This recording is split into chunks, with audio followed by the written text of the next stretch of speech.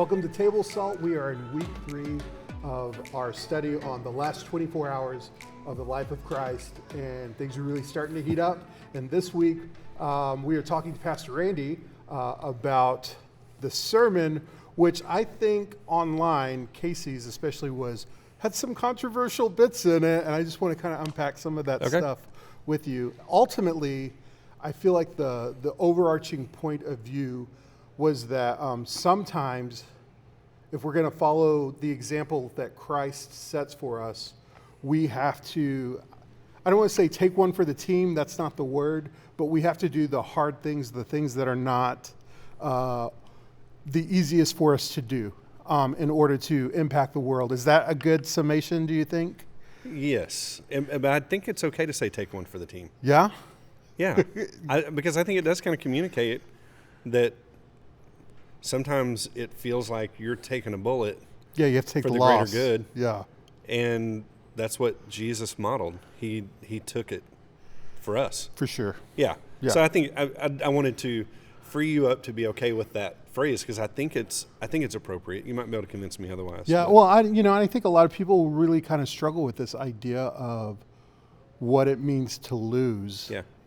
Or how that's beneficial. And when we look at Jesus not fighting the guards as they're coming to take him away to be crucified, he's completely submitted to the will of God, and he wants to accomplish the goal for sure.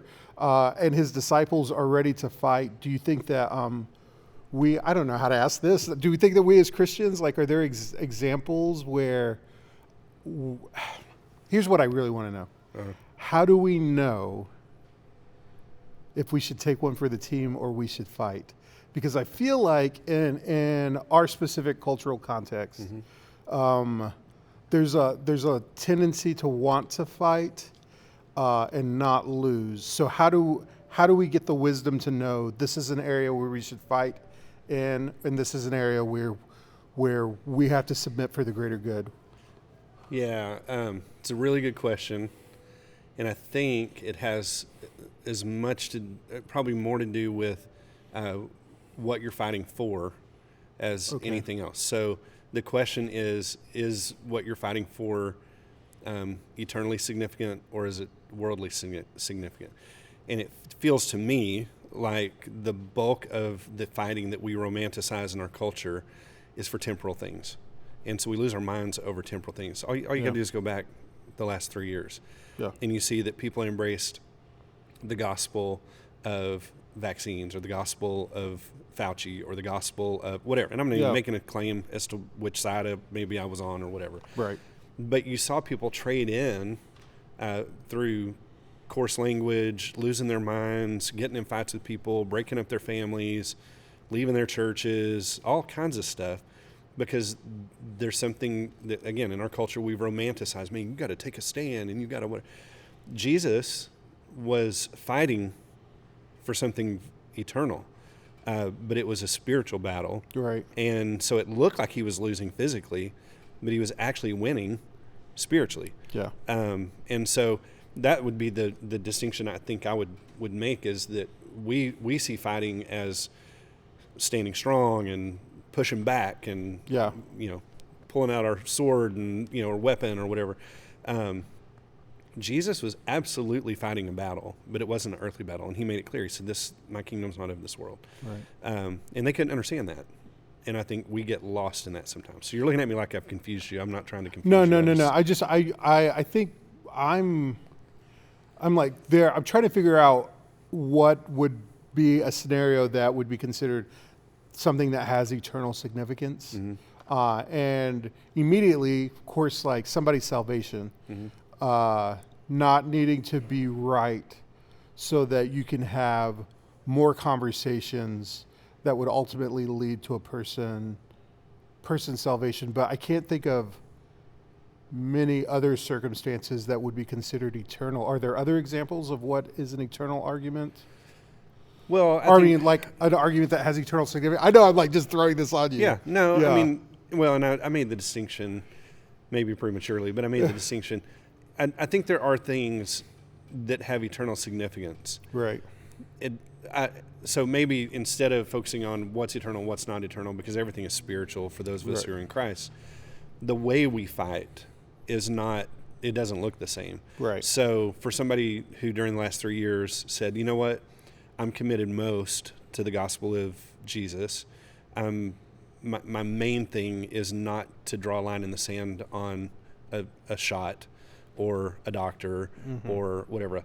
The sanctity of my family and my marriage, all those sorts of things, those are more important. So they can still be fighting, and I think we should still be fighting a battle, but we don't have to do it in the contemporary way or the kind of the modern way. Well, not even modern. We don't have to pick up our swords. We don't have to lose our witness, because what we're trying to do is exemplify a life that's fully yielded to Jesus. Right. And so again, he was fighting. He was literally fighting a battle. That the whole crucifixion thing, from the trial to the flogging to the crucifixion to the resurrection where he was victorious, that was all, and it didn't look like he was fighting them. Right. It didn't look like he was fighting back, but it was because his kingdom was different. And I think it's wise for us to go, there are injustices in the world, and we should be actively working to right the wrongs in our society. We should be doing all those things. But we're probably not, if we're following the model of Jesus, it's not going to be by picking up our weapons and causing a scene. For sure. It's going to be because we're kind of behind the scenes. Yeah. In the trenches in a different way. Yeah. Absolutely still fighting.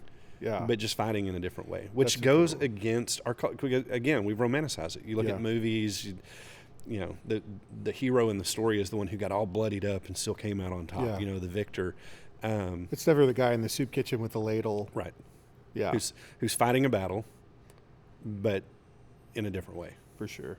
And I think that's the thing that we sometimes lack as a people of faith, is there's got to be some temperament to our passion, and it's got to have direction.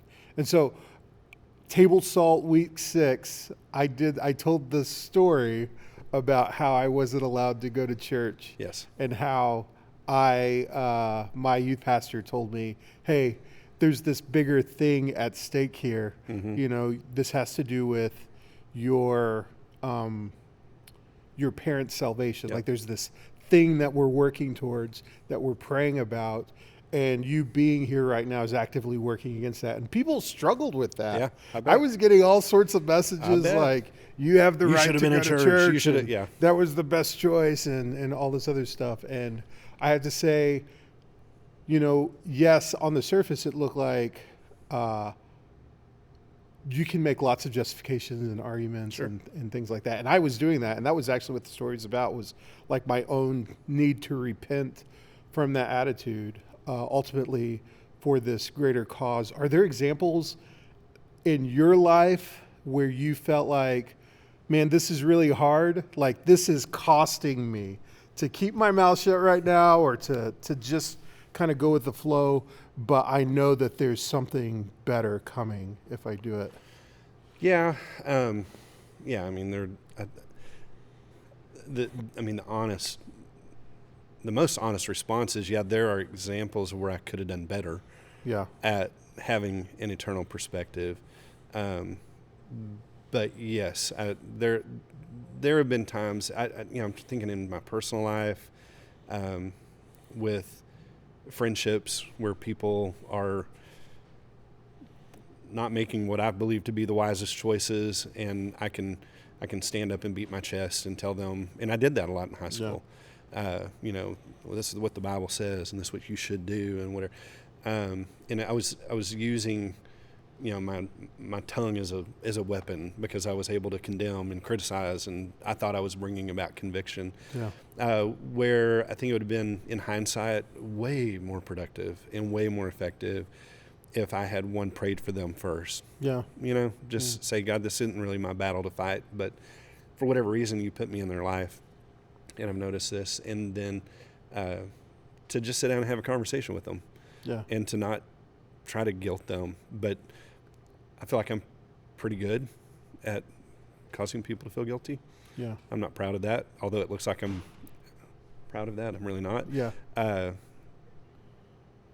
Yeah. So I don't know. I know you're looking for something. No, Probably a little I more. think that that's a perfect example because one, you have a rhetorical gift, and just the way that God has used you to tell stories.